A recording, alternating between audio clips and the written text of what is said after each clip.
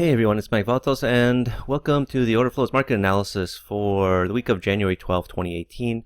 And again, I apologize, I haven't posted a video for about a month already. I just, usually I take off the last couple weeks and the first week of January, the last couple weeks of December, first week of January. To just, that's the holidays. That's the time to spend with your family.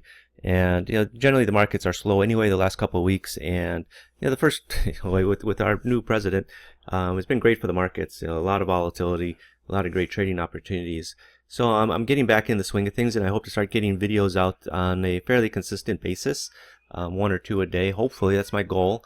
No promises. And just another big change is I've really jumped into, since December, I've really jumped into NinjaTrader 8. I've been a very slow adapter, but I'm really enjoying it. It seems the latest version is very stable.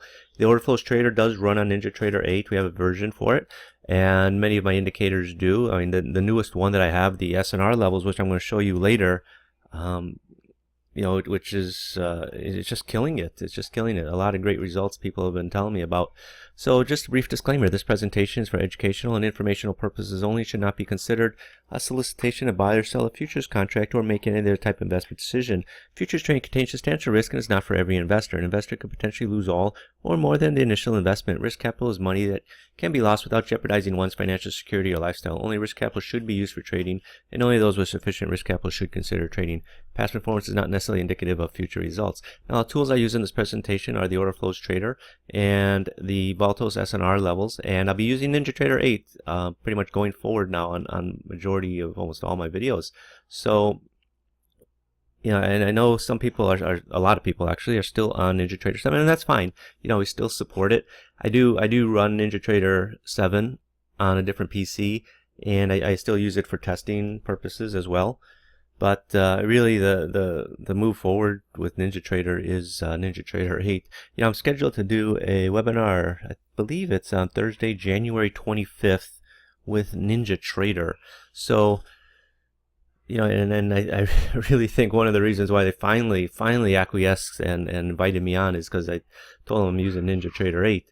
So, because I know NinjaTrader 8 is really making that push as well. NinjaTrader is for people to use NT8. So this is NinjaTrader. This is a chart for NinjaTrader 8, and it's quite nice. I like my template that I finally. It took me really a while to sort of settle on it. The font size. I mean, you could play around, right? I use different fonts on different charts. Like sometimes you want it bigger, but honestly, I'm fine with this on the screen. This is on a 27-inch screen that I use. Probably, I'm in the process of doing a major move, my family from Asia to the U.S. this year. So, I've been wanting to buy more screens, but I don't want to buy them and I have to ship them over to the U.S. I'd rather just buy them in the U.S. So, I'm hoping to build up about get 4 screens, one for each market, as opposed to just sort of tabbing back and forth. I mean, you can do that if you like. There's nothing wrong with it, but me, I'm the type of person I like to see everything on the screen and just I'm a visual person. It's like looking at Instagram. You always just want to look, then look on the next thing, look on the next thing, look on the next thing. Anyway, I'm babbling on. So let's take a look at S&Ps yesterday. It's a very crazy market these last since the beginning of the year. Actually, usually first week of January, it's a little bit slow. First 2 trading days, then things just are sort of just back to normal. And the reason I say it's a bit slow is because Japan's usually off like the second trading day of the year, so it just sort of makes it a little bit quiet. But anyway, what am I talking about? Okay, so yesterday, right, we had this big run up, right? So you have this low area here on the 27.70. It's right around the cash open here. And we start moving up. Yeah, you've got a ratio and a divergence here, right after the cash open. This was a beautiful move, a quick move up, basically, over the next 30 minutes. But the one that I wanted to talk about that really stuck out, I mean, this is the beauty of order flow. If you understand order flow and you know what to look for, right? I have these ratios. This is the hallmark of the Orderflows trader, right? When I created the Orderflows trader, I wanted to take the volume footprint chart to the next level and help do some of the analysis that I was doing, and one of the things was the ratios to find supportive buying in a bar or price rejection in a bar. But this one here at 935, very bullish. I mean, just looking at this bar, you can see you got 609 here, 636. So imagine, market is moving up, got some, runs into an area here. I mean, there's some strong volume here, strong offers, 2100, 1400, 1300. And the market comes off. It comes off to here in this bar, okay? In this bar, you've got very supportive buying. You got the 609. But compare, the volumes here, 36.6, that's nothing. It just gets lifted almost immediately. It trades, 314, 330, 441. That's two imbalances right there. And you form another bar. I'm not expecting, the way this bar is shaped up with the thin volume on this side, the imbalance is up here. The heaviest volume in the bar on the bid side is on the bottom. It's just telling me there's supportive buying in here, right here, the 609, and you got the aggressive buying going on the way back up. That's what I love. And look at that.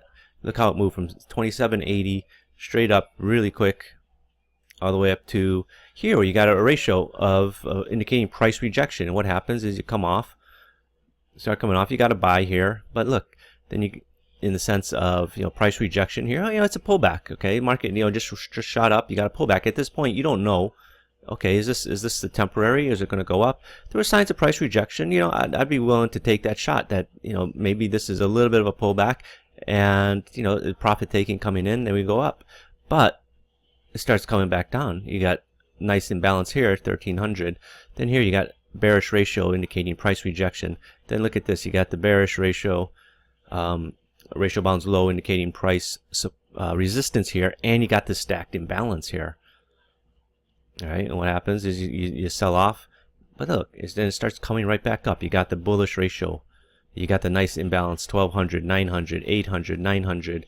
When a market is selling off, what you're looking for are the imbalances. Look at the imbalances. You see selling imbalance, selling imbalance, selling imbalance, selling imbalance. You're already getting the clues in here after you hit the swing high with the bearish ratio, with the imbalances over the next two bars. Then you get another imbalance here in the fifth bar, and you sell off even before you got this bearish ratio. And then you start coming up. Okay, you don't know. Hey, are we going lower? I mean, this is a very bearish bar. This is a very bearish bar.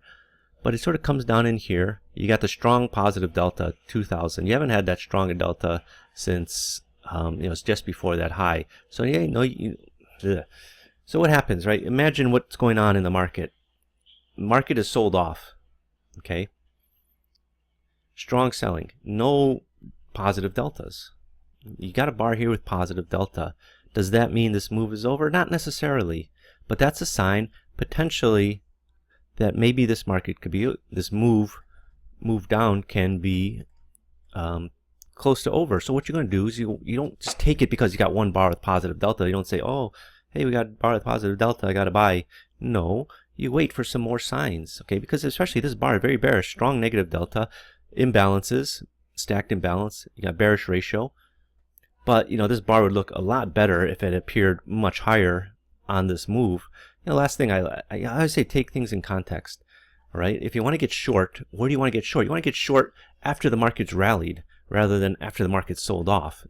Those are going to be the better trades, but, whatever. Even though I just talked about this buy right here, this was interesting because we had rallied, right, from 2770 just after the cash opened down here, right, 2770. But look, we got to this area in here, okay? And basically we're going sideways in this area right in here from 9 o'clock basically until 9:30. Just basically going sideways back and forth. And then you're getting some signs of the aggressive buying coming in there. And then you shot up another 5 points. Okay, so anyway, back here. So I'm not convinced that this is going to be a swing low yet just because I got the positive delta. It's encouraging. It's a nice strong positive delta. Next bar, it's a positive delta. It's it's 1,000, 1165. It's half of what it is in the previous bar, but it's still strong. It's over 1,000 on a 4-range S&P is considered strong in my book. Okay, but I'd love it if it was 2,000, but it's still strong. 1,000, okay, it's not weak. It's not like 300, but it's decent. It's still strong. Then look at this. You got the bullish ratio indicating price rejection. Then boom, you get imbalance 1200, imbalance 900. Okay, so this bit of a structure here to me is very nice to see. What I like this is you got strong negative delta, weaker delta, positive delta, positive delta, positive delta. Because what's going on? You get the big push down, last big push of selling coming right in this bar. Hits here a little bit more. It's not done yet.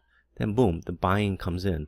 So what you're going to look for is you're going to look for signs of aggressive buying, signs of price rejection. You got the aggressive buying here, 800, 1200, 900. Now you're seeing signs of price rejection here. You still got the positive delta, which is good as well. It's encouraging. Just go sideways. Next bar down. You know, if you're buying it here, you're thinking, shit, like what happened? The market sold off another point. But you know, it's not the end of the world. You know that, oh my gosh, you know, the market just I bought it here at 81 3/4. All of a sudden we're trading, you know, 80 3/4.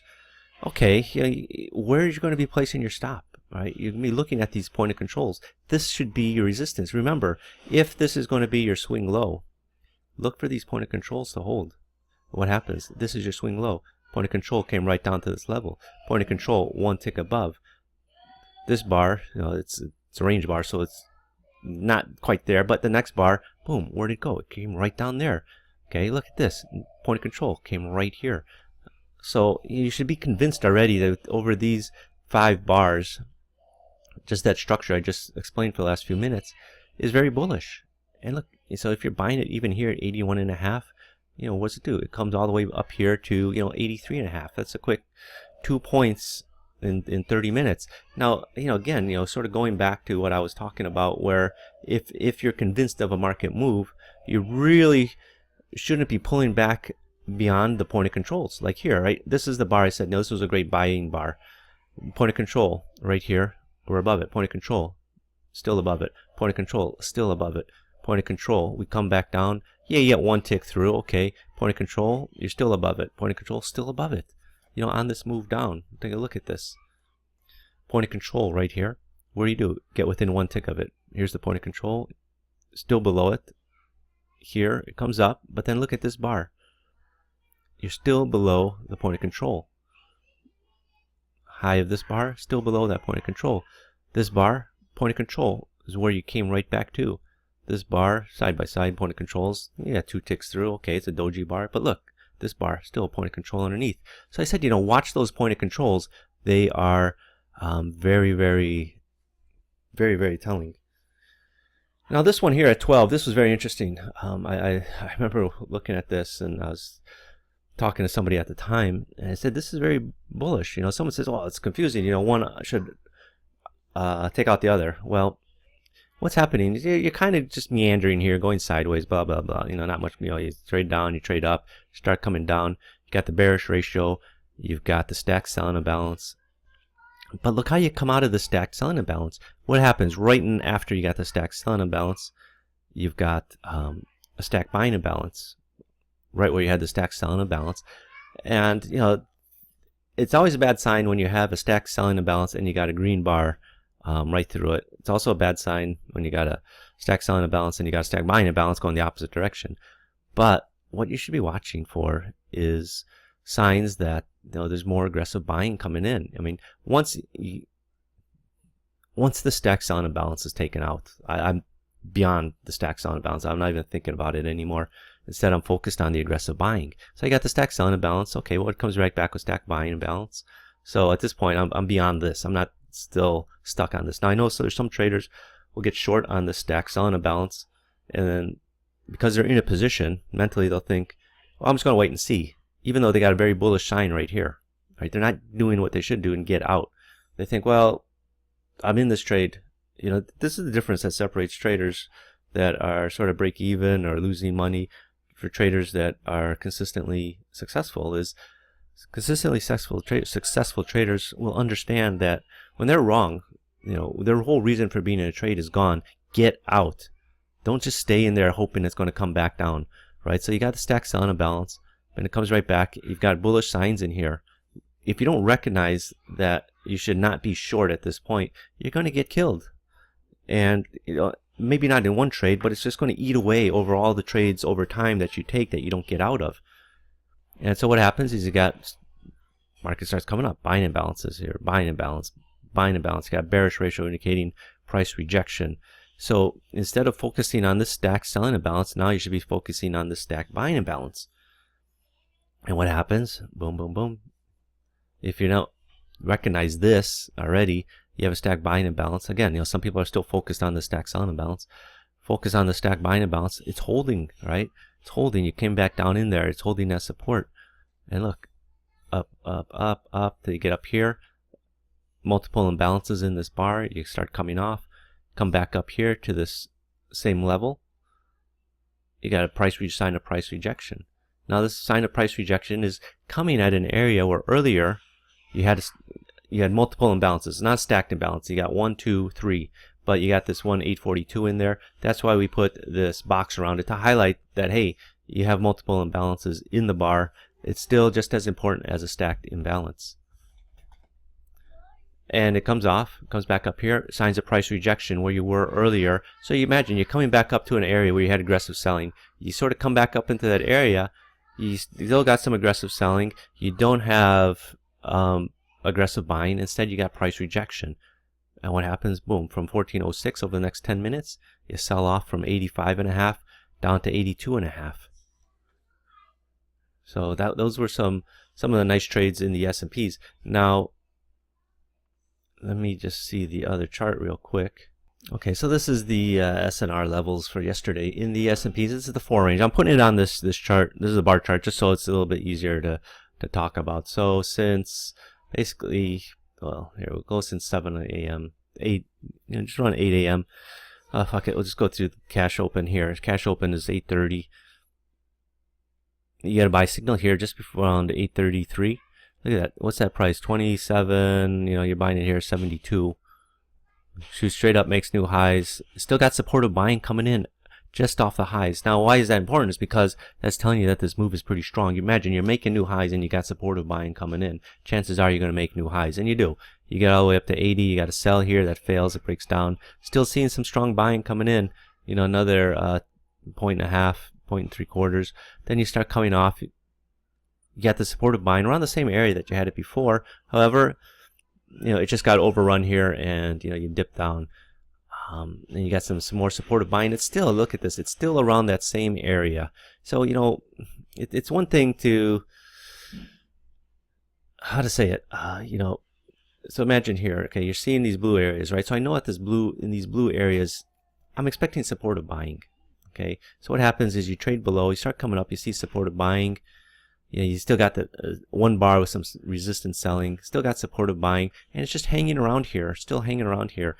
You talk about having a low risk trade, right? If I know I got 1, 2, 3, 4 areas in here with supportive buying since 940 up to 1140, I'm pretty confident that if I can get long somewhere here, 82, stop down here at 81, that possibly we can trade higher. Even make new highs. Now I know that I may run into resistance selling, and I do here, but look, where's it trade back down to? It trades back down to 82 again. So I know, just by looking left, right? I shouldn't say looking left, right? Looking left, okay, this area in here between this is around 82.5 down to 81.5. Somewhere in here, let me see my drawing tools. Basically from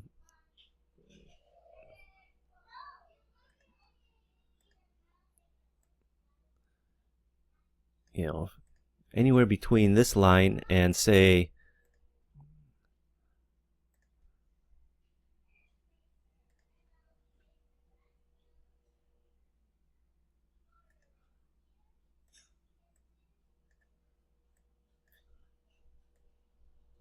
anyway, not as far as that, but sometimes, there we go.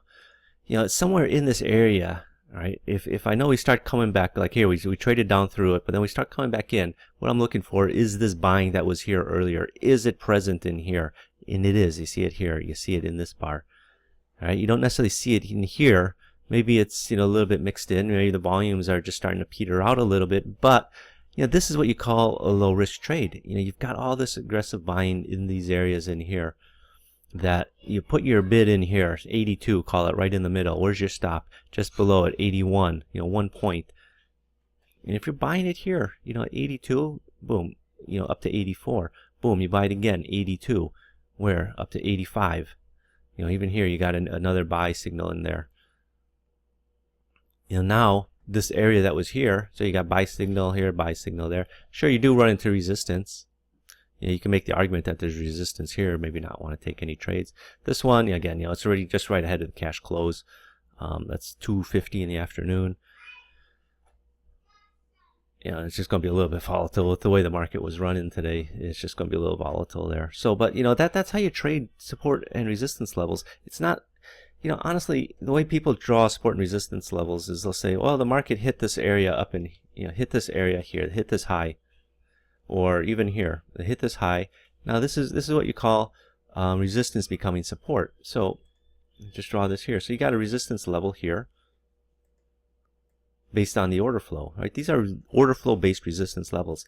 Now you broke through it. You made new highs. Okay, come off. I knew earlier I had a resistance level. Now resistance, once you violate it, start trading higher, is going to become your support. And what happens? We sell off from this high up here. It was 85 3/4, all the way back down to 79 3/4. So a 5-point move. And now it's become your support area, and you rally back up to that high. But again, this is something you just got to get used to and understand in trading, where failed support or failed resistance become the opposite. Failed support becomes resistance, failed resistance becomes support. Okay, so just real quick, I'll go over the Bunds. This video is getting a little bit longer than I imagined. But I want to talk about the Bunds. Bunds is a great contract for a number of reasons. One, it's the tick size is easy. It's 10 euros a tick, and it moves nicely. So it moves in, it's decimalized, so it moves from 161.40 to 161.41. Whereas our bonds move in 30 seconds. But and the other nice thing is it's got a long trading day. Basically, it opens at 1 a.m. Chicago time, and cash closes around 10, and then it trades after the cash closes. I forgot what time. It's till 3, I believe, or I think it's 3 p.m. Usually after about 11 I'm done looking at it. But you get some beautiful moves. This is the SR Levels indicator. Okay, look at this. Right after the open, a sell comes down here to a buy, come back up here. It's around the same area, but this one fails. And what I was just talking about, resistance becomes support. You can see how if you draw this zone out, it's above here, still coming in here. Now it's your support level. Rallies back up. You got to sell here. It doesn't really work out. And then you got to sell here. Nice little move down, 10 ticks. Coming in. I'm going to go through, show you a bunch of days here. Same thing here. You got a support level that's holding. Then what happens once it breaks? It becomes your resistance area. Then January 9th. Tuesday. Don't get a signal here until late. Then you got a couple sell signals. This one failed. Then you got 1, 2. And you're talking, trading around the 162 even area. Look at this move. Boom, straight down here, very quick over the next 2 hours, from 162 down to the 161.65 area. This buy, first one fails, second one fails as well. Got a support area. It holds for a while. You get a little bit of a move up, not the most spectacular move. Cash is closed here. And then you just sort of go sideways. You got a couple buys here, but the market, it just, it goes higher, but mostly sideways. The next day, the 10th, couple sells here. Get a little bit of a move down. Sell here, a little small move, and the sell here, a little small move. This sell fails, and you get this beautiful one again. 161.32, 30 around there, 161.31, 32, boom, right down to 161.05. We get the buy signal. Probably covering it down here. This buy signal fails. Eventually it goes up. This one fails. Then you got this nice one here around the 161.10 area, back up to the 161.23 area. This sell, look at this.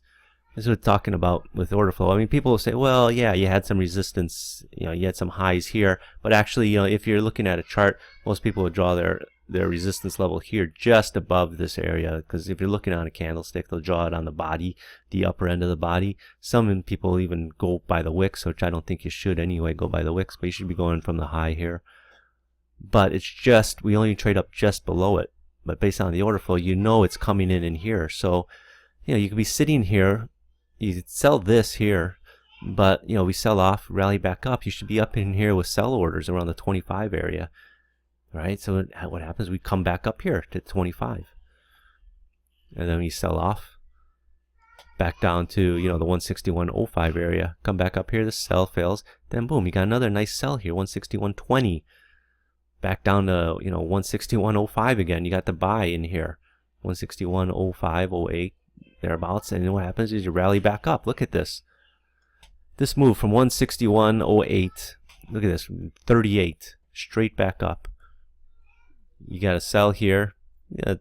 Oh, this is the next day, actually. This is the reopen. So we close. So we went from 10 o'clock here, just straight up the rest of the day. I mean, nothing else. Words can't describe it. That's what you want as a trader. You know, you don't want to be getting in and out. If you can catch the trend, you know, that's what trading is about, catching the trend. So on the 11th, this is Thursday now. Small move right after the open, nothing big. And this one, nothing. Then here, this zone again, right? This is, you know, talk about it. Okay, look, I can draw this out. If I extend this, oh, where's my drawing tools? Yeah, I could do the hotkey, but I've learned that sometimes I do the hotkey and I screw it up and then I delete it. I delete more stuff than I need. Okay, so look at this. Okay, this is understanding resistance areas. Now, what problem? Let's say the problem, but you know where a lot of people go wrong on understanding resistance is what they'll do is, okay, hey, I've got a high here, and they'll wait to come back. Okay, we've touched it back here again. So now I got a double top. So now I got resistance, and then they're getting short, you know, in here somewhere. What order flow allows you to do is, hey, it tells you, hey, you've got resistance in here in the order flow, in the volume, in what's trading. It's happening in real time. So when you're looking at this chart here, okay, hey, I know I got a resistance level here, 161. 53 to, you know, 55, 56. Okay, I'll just wait. You know, I've thrown some offers up in here. Just, you know, litter it with some offers that if we come back up there, we'll see if it's going to hold. Just like you would do here. You'd throw in some offers here. You'd throw in some, you know, off this one, you'd throw in some offers here. Right? This one, it just stops you out. Period. I mean, that's what happens, you know, in trading. Now, you know, in trading, you're going to have trades that don't work out. You're going to have trades that work out. This one didn't work out. But that's about managing your risk. You put your limits in here, it immediately stops you out. Okay, it's not the end. You look for the next trade. You get back up, and you look for the trade. So here, you get it. You get, you know, you get short already. You know, here, you know, I don't know if you get filled. I mean, you really should be looking at 55. You know, you got the uptick here to 53. Then you sell off. Okay, you got a buy here. Okay, I got a buy signal. Where, you know, so you're getting long. So if you're short off this, you're covering it down here, and now you're long. Well, what's your target?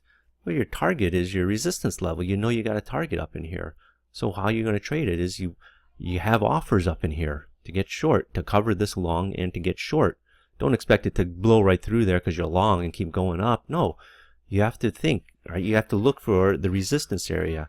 So you sell off, you come down here, you got a buy signal. Now you should already be having orders in here for the move back up, regardless of having this buy signal. You should still be thinking of getting short in here, because what can happen is we can just be selling, you know, range bound. You don't know what's going to happen next, so you have to sort of approach it that way. So what do? Is you have offers in here. You get short. Right? You get short, and to cover your long from earlier. Okay. You could probably buy some back in here. So you're short. You could cover back some here as well. You don't have to necessarily cover everything, just as, you know, when you're long in here, you know, you might want to have one or two for, you know, if you're going to break through there, and so you could ride the trend longer. But here, you know, what happens? I mean, look at this. Probably not explaining it best, but rectangle. If you were to draw this out, right now this market is just showing you this is what a range bound market looks like. Resistance to support, trade from resistance down to support, back up to resistance, back down to support. Now I'm not saying that you would have held it, held this short or held this short and caught this massive move down. No, honestly, most traders would be trading, from short to long to short, maybe back long again, but then they're holding it here. I mean, there's absolutely no reason to think that, oh, I'm going to hold it and we're going to break down to new lows. No, at this point, not. But you know what? You have your support here. Can you make the argument it's going to become resistance? The fact that you're just sort of hanging around here, I don't know. I mean, I know people that will like to trade the breakouts, and if you trade the breakout, then you could have caught this move. This buy failed here. These buys also failed, but again, look at this. Just sort of go through it again. Exactly what I was just talking about, where support later becomes resistance, right? These two buys here. So we broke down. It broke down. Now I'm looking, instead of this being support, I'm looking for it to be resistance. So you put some offers in here. That if we come back, maybe you catch that move back down, and you do from this is 160, 68, 69, all the way down to 160, 39. That's 30 points. It doesn't look like much, but on this, it's because this is a big move down. But this is 30 points right there, 30 ticks. Then you got some small moves here, some small bounces. This one fails. This one fails. But again, I can't stress this enough. Failed resistance becomes your support. Come down in here, you're buying it. All right, so then it comes to the 12th, which is Friday. And again, it's just giving some nice signals here. This buy fails. The sell, kind of mixed, and you got a nice sell here, a nice buy here. This sell fails. This sell works. This buy works. This sell works. This buy, it's kind of mixed, nothing. Then later in the day, look at this. You got a nice little sell here. You got this big clump in here of resistance selling, which fails and becomes your support area. This resistance selling doesn't work. Now look at this. Supportive buying here, and if you include this other one, is this area in here. So you have this supportive buying, and you got this sign of supportive buying. This resistance selling, or to me, it's already failed. So I'm not really looking at this as resistance, but I know I've got support here, support here. The high of this bar to the low of this block, high of this block to the low of this block is this area. And what happens? So even if you're just trading, it in here, this block out here, you got some bids in here. I mean, look at that, 160, anywhere between 160.35 and 160.31 in here. If you had the foresight to put some limit orders in, look at that, boom, 30 over the next few minutes. This is a 1 minute chart, by the way. You're talking boom, boom, boom, 30 ticks right away. So that's the SR levels on the Bunds and on the E-minis. This video is a little bit longer than I imagined, but I'm just trying to show you how to trade with this stuff, and how to use order flow. Again, if you're not convinced on order flows, you could buy the SR levels separately. But I think when you're using it with order flow, it just makes your trading a heck of a lot easier. I just showed it to you on a bar chart. Probably in the next video I'll show it to you on a footprint chart. And it's just a great tool. It's a great tool to add to your trading. I'm not saying you have to become an order flows trader, but where you got to understand every single nuance of order flow, because there's a lot to understand with order flow. But honestly, you got to take the first step eventually and figure out where you want to be in your trading next week, next year, and 3 years down the line. The great athletes, the great players. I love reading biographies and about the great athletes and what they do to become better. It's not like you get to a certain level and that's it. Like, oh, okay, yeah, I've made it to the NBA. That's it. I'm happy. I'm not going to work hard anymore. No, if they get to the NBA, they got to work harder. They keep working at it. And the same thing's in trading, right? Every year, Michael Jordan would add something new to his what do you want? I don't know what you call it. His repertoire, so to speak. You know, early on in his career, it would be all Michael Jordan does is dunk. Well, you know, how he was able to last so long is he had to change his game. He had to adapt. He had to learn new things. You know, all of a sudden, you know, after a few years of just slamming, you know, just dunking all the time, you know, he acquired a jump shot. Then he acquired a 3-point shot. You know, people used to say, oh, he's only an offensive player, doesn't play defense. You know, the guy, how many years did he win the defensive player of the year award? You know, you don't think of Michael Jordan necessarily. You know, I mean, most people think of Michael Jordan as just, you know, the slam dunk king, but you know, he's also a great defensive player. I mean, that's how he was able to help the Bulls win all those championships, is by every year adding something new to his game. And that's what you should be thinking of doing as a trader. You know, add something new to your trading. You know, if you're already successful, great, but there's nothing stopping you from, you know, trying to get better at it and more successful. So thanks everyone, and have a great day. And now I'm sort of getting back in the swing of creating videos. I hope to sort of get them out to you on a fairly regular basis now. So thanks everyone that have emailed me. I'm trying to get through the emails. I don't know, I think of changing my email address. I get so much spam. I think I get my Mike at orderflows.email. I get probably about 90% spam on that. And I'm not talking about like I get 20 emails a day and 18 of them are spam.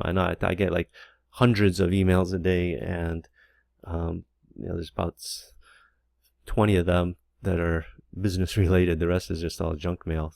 So I also, if I do change it, all the customers out there will get my new email address.